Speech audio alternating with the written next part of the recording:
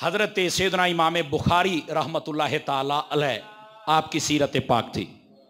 तवज्जो है तो वो भी सुना दूं आप सभी हजरात को। इमाम बुखारी रहमतुल्लाह ताला अलैह 194 हिजरी में आप पैदा हुए थे।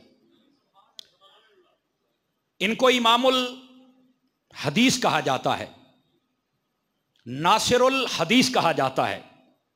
इसलिए अल्लाह ताला ने जो इनको सलाहियत बख्शी थी, मैंने किसी और के बारे में नहीं पढ़ा, सिर्फ इमाम बुखारी को यह फजीलत हासिल थी कि जो बंदा भी अपनी बात को लिख लेता है या पढ़ लेता है तो वो बात उसे याद रहती है।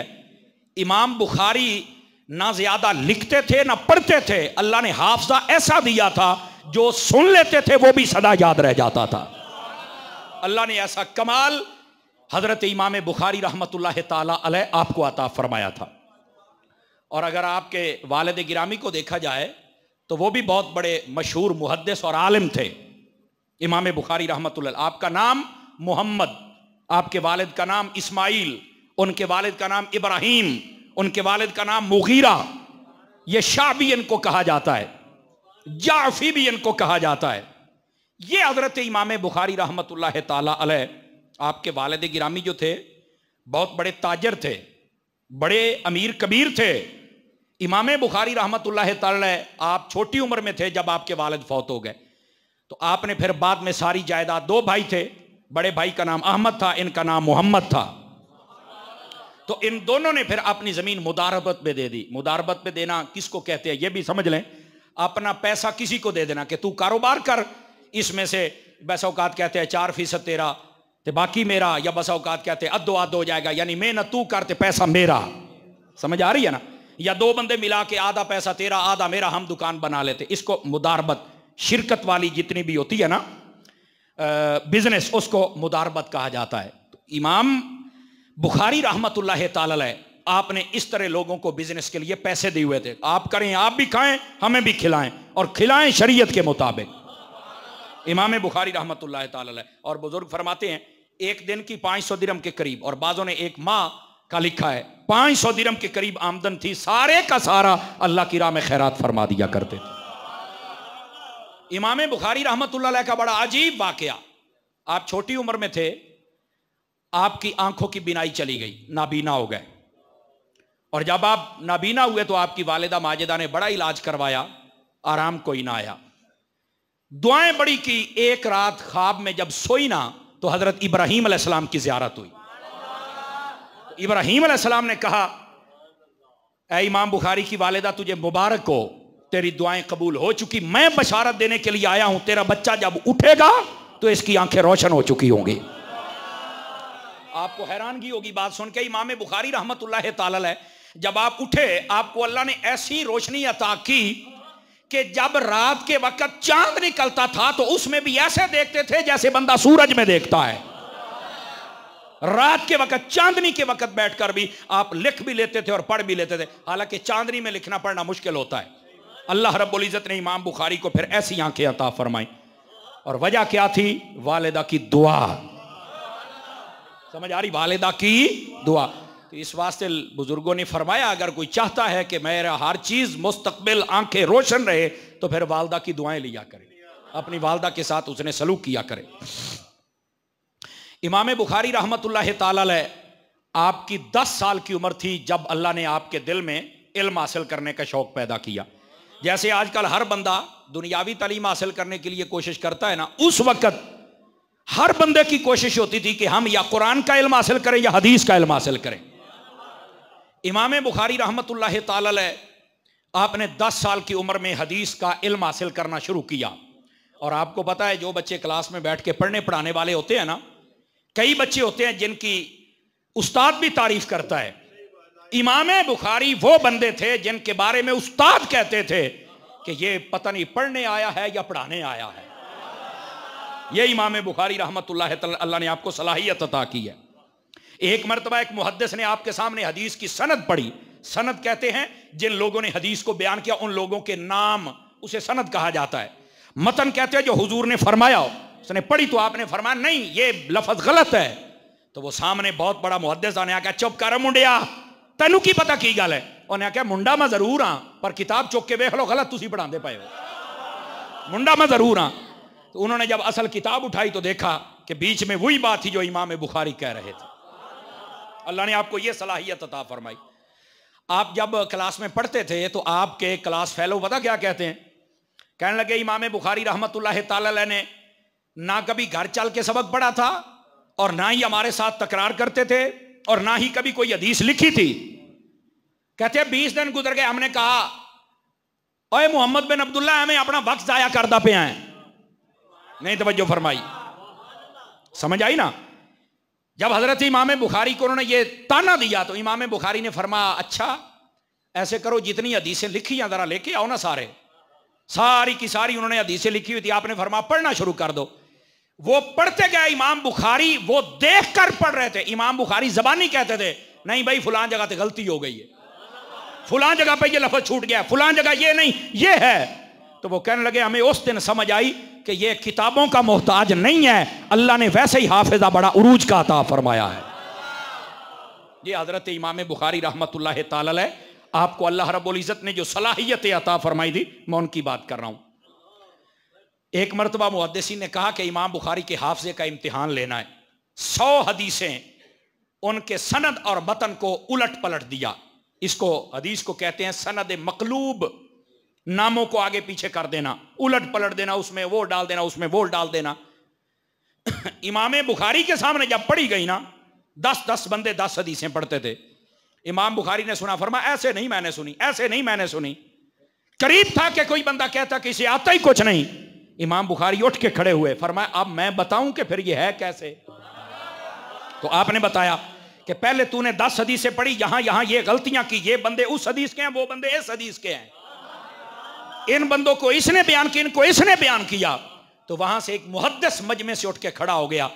उसने कहा ऐसे तो बैल भी नहीं मार सकता जैसे इल्म की मार इमाम बुखारी मार रहे हैं।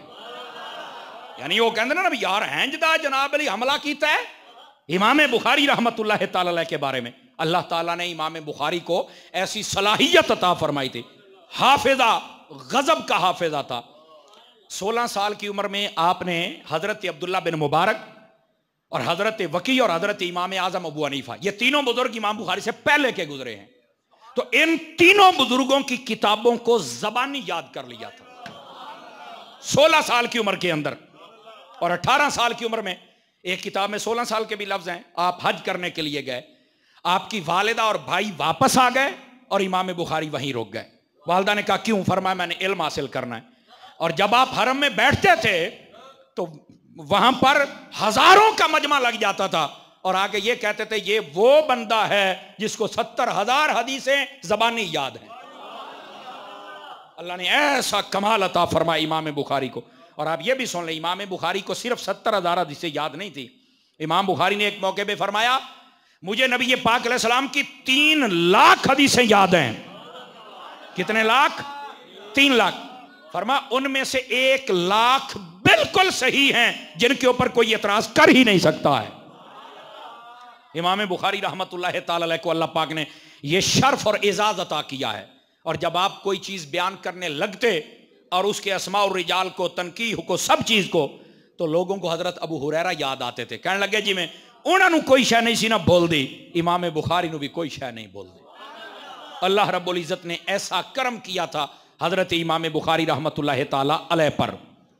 और सिर्फ यहां तक बात नहीं है, हजरत इमाम बुखारी रहमतुल्लाह ताला अलैह शुरू से शरीयत के बड़े पाबंद थे। बात फिर वही आ गई, यहां पर तो पीर ही वो बनता है जो शरीयत का पाबंद ना हो। बंगी हो, चरसी हो, नशई हो, दाढ़ी मुंडा हो, जनानियां दा शौकीन होवे, ओ बैठे हो ते मुड़ त्रकड़े हो, वो कई बंदे सीधियां गल्लां ते साहबान कर जाते हो।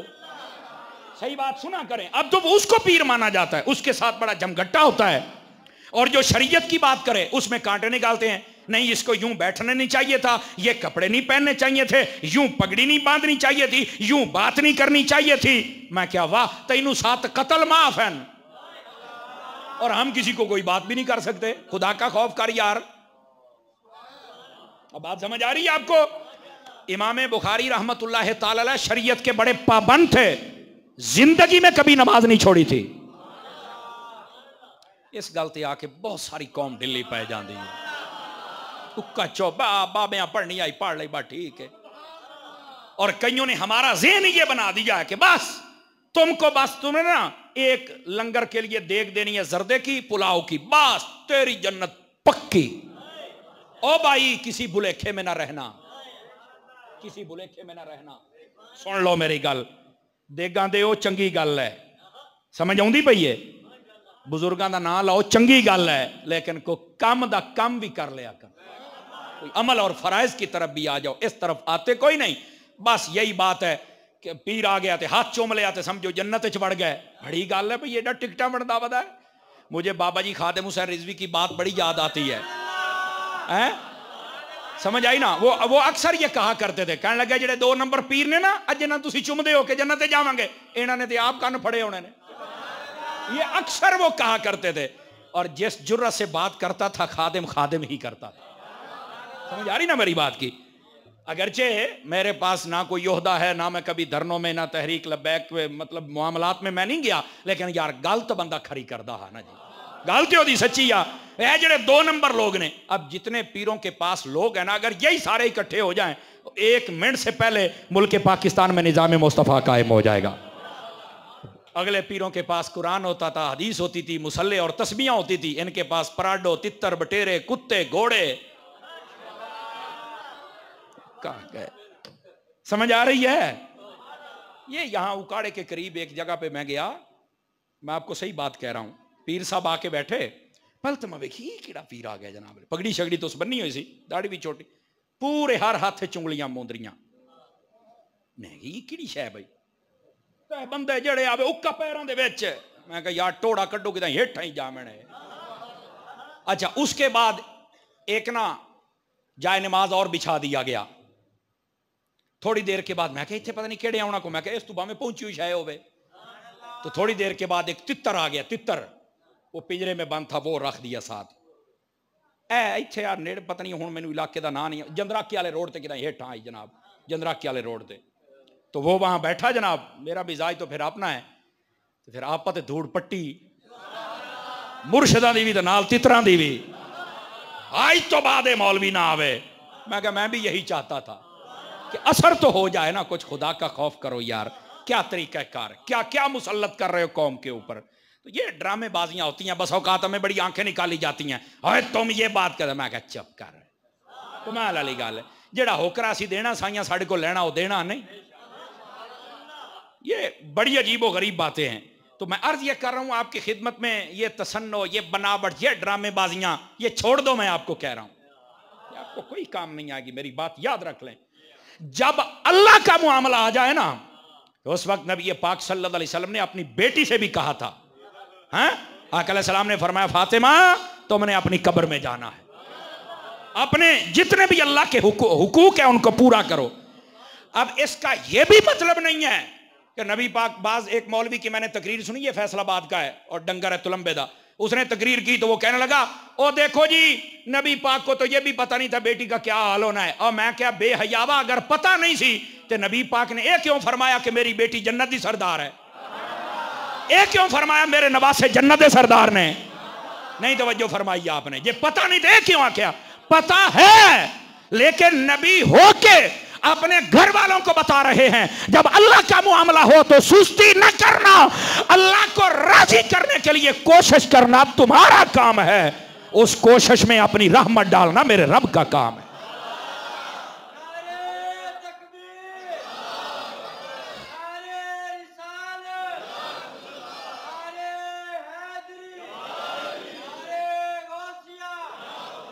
बाज लोग इसका गलत मतलब ले जाते हैं ना, तो जी नबी पाक को तो पता नहीं था, तभी तो आपने अपनी बेटी को भी ये कह दिया। मैंने कहा वो ये हमें तो सिखा रहे थे कि अगर नबी की बेटी होकर नमाजें पढ़ती है तो अपनी बेटियों को भी कहना पढ़ ले। वो यही तो हमें समझाना चाहते थे। वैसे तो नबी पाक अलैहिस्सलाम ने सब कुछ पहले ही बता दिया था। हुजूर ने फरमाया नहीं है ये नबी नू पता ही कोई ना अपनी बेटी के बारे, तो ये किसने फरमाया था? फरमाया क़यामत वाले दिन जब मेरी बेटी का गुजर होगा कोई कहेगा ओ नजरें झुकाओ, अपनी नजरें ना उठाओ, मुस्तफा की बेटी का गुजर होने वाला है। तो ये किसने कहा था? अगर पता ही नहीं है तो ये कौन बता रहा है? ओ बोलो तो सही ना।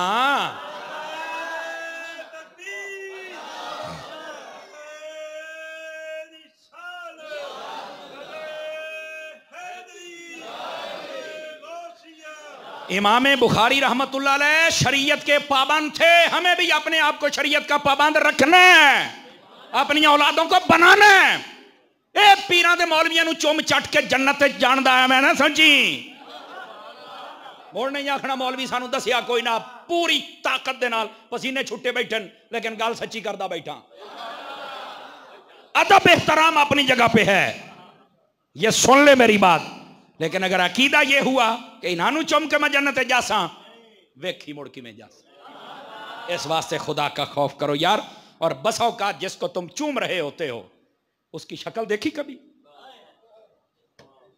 ओनू जम के पता नहीं मां ने भी चटिया के नहीं चटिया। आ गई ना उखियां ये तुसी चुम्मी जाते हो।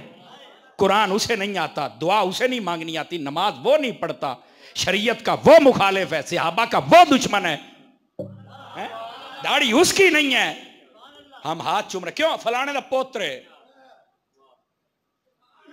अयो ते रौले पै ने। असल गिरामी कदर हजरात, गल पुत्रां दी नहीं, बात यह है उसके अंदर कोई सलाहियत भी तो हो ना। जब सलाहियत ही नहीं तो आप क्या कर रहे हो? ऐसे 2 नंबर बंदे के हाथ चूमने से बेहतर है अपनी वालदा के हाथ चूम ले, अपने वालिद के हाथ चूम ले, अल्लाह के प्यारे कुरान को चूम लो। समझ आई ना? बहरहाल कईयों को बहुत तकलीफ होती है, हो सकता है कोई यहां भी बैठा हो जिसको शदीद मसला बन रहा हो मेरी इन बातों से। अल्लाह करके बने, मेरी तो दुआ है अल्लाह करके बने, ताकि उसको समझ आ जाए कि असल हकायक क्या है। समझ आ रही ना? मसला तो बनता है सच्ची बातें सुन के, लेकिन यार हकायक की तरफ। इमाम बुखारी आप इतने शरीयत के पाबंद थे, आप फरमाते हैं लोगों क़यामत वाले दिन मेरे नामा अमाल से इंशाअल्लाह गीबत नहीं निकल सकती, क्योंकि जिंदगी में मैंने गीबत की ही नहीं किसी।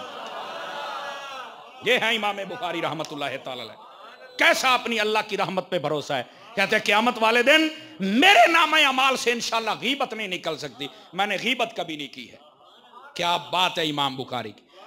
और आप शरीयत के इतने पाबंद थे। आपका एक दोस्त है अबू हफ्स, उसने कुछ माले तिजारत भेजा, इमाम बुखारी भेज दे जरा, अपने किसी दोस्त से कहना। कहा ठीक है। रात के वक्त गाहक आए, कहने लगे 500 दिरहम मुनाफा ले लो, हमें दे दो। आपने फरमाया सुबह आना, माल चेक करना, शरीयत की पासदारी। अद्धी रात है, इस माल में कोई फर्क हो सकता है, मेरा नहीं मेरे दोस्त का है, सवेरे चेक करे अजे फिर बेचांगे। सुबह का टाइम हुआ, ताजरों का दूसरा काफिला आ गया, आड़तियां दा।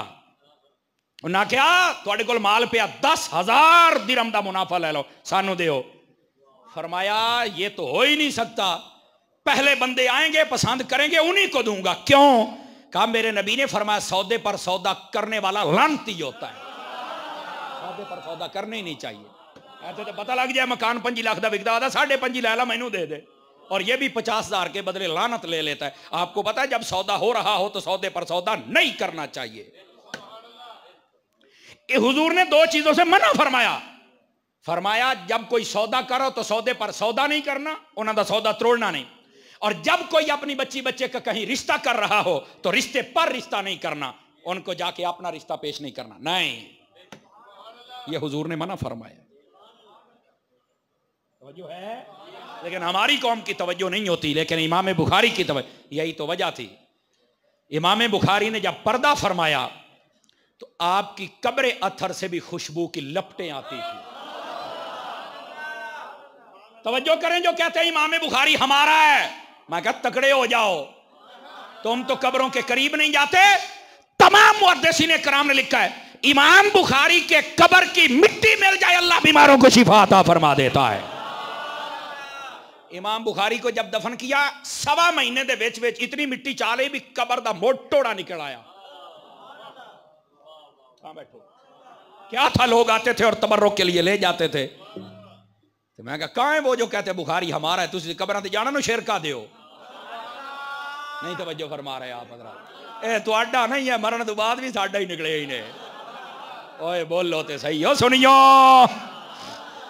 ए जीउंदा भी इमाम बुखारी साडा, मैं पूरी जिम्मेदारी से बात कर रहा हूं। आज जो कहते हैं इमाम बुखारी हमारा है, मैंने कहा बताओ तुम्हारे मुर्शिद का नाम। हो मुर्शिद तो होने नहीं चाहिए।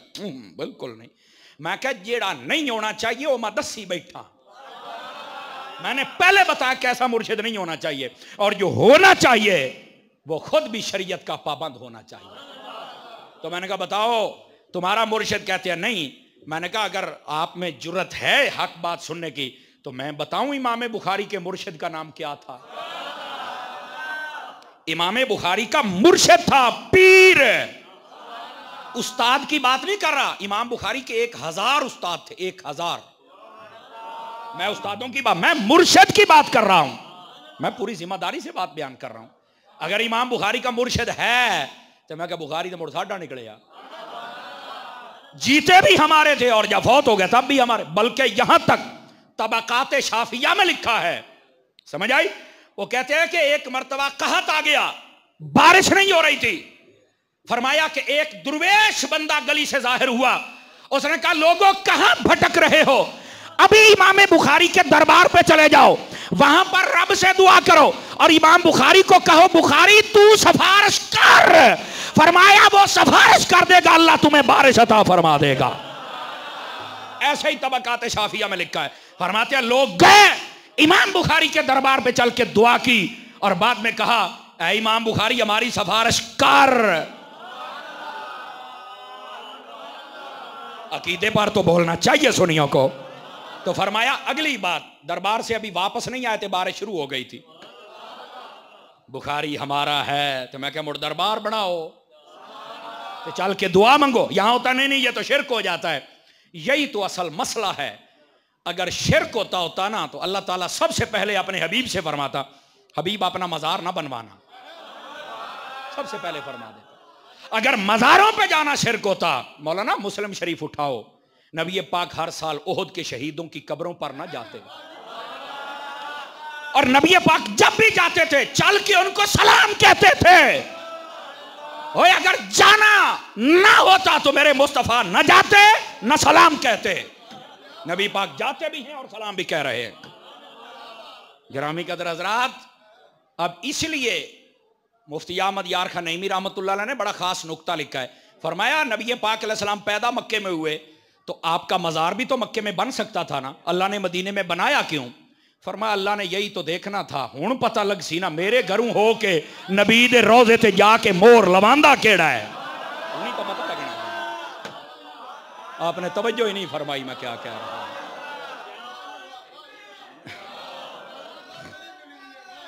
जज़ाकल्लाह।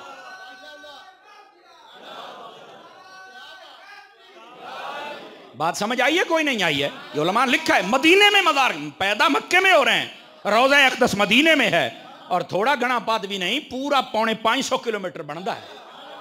आई तो इस्लामाबाद जी ना पता तो लगे ना, मक्के में तो आया है। आला हजरत इमाम अहमद रजा खान आपने बड़ी खूब बात कही। आप फरमाते हैं काबे से आती है रजा, काबे से आती है सदा, गौर से सुन तू रजा, काबे से आती है सजा। काबा तो देख चुके, चलो अब काबे का काबा देखो। ये आला हज़रत साहब फरमा रहे हैं। इसका क्या मतलब है? काबे दे जेड़ा परनाला है ना, परनाले दा इशारा सीधा मदीने आल। जैसे बंदा से कोई एड्रेस पूछे तो बंदा ऐसे उंगल करता है ना, आ उथे टुर जा। ते फरमाया काबा भी गोया अपनी अंगल कड्डी खलोता भी इदे आयो हुण उदे भी जाओ, उदे भी जाओ। नहीं तवज्जो फरमा रहे। हाँ, गौर से सुन तू रजा, काबे से आती है सदा, काबा तो देख चुके अब काबे का काबा देखो। ये ऐसे ही नहीं कहा महबूब करीम सल्लल्लाहु। अगर मज़ारों पर जाना ही मना होता, शरफुल मुस्तफ़ा में हदीस है, फरमाया महबूब करीम आपको ये एजाज है 70,000 फरिश्ते सुबह आपके दरबार पे आएंगे, 70,000 शाम को आएंगे, जो सुबह आएंगे शाम को वापस, जो शाम को आएंगे सुबह वापस, सारा दिन खड़े होकर दरूदो सलाम पढ़ेंगे। क़यामत तक जो एक मर्तबा आएगा दोबारा बारी नहीं आएगी। जो फरिश्ते आए मजार पर एक मर्तबा दोबारा नहीं आ सकते।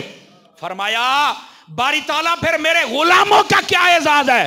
फरमाया ये तरफ पैदा कर ले, जिंदगी में जब चाहे तेरे दरबार पे आके तेरी जात पे दरूद पढ़ सकते हैं। फरिश्ते एक मर्तबा आएंगे।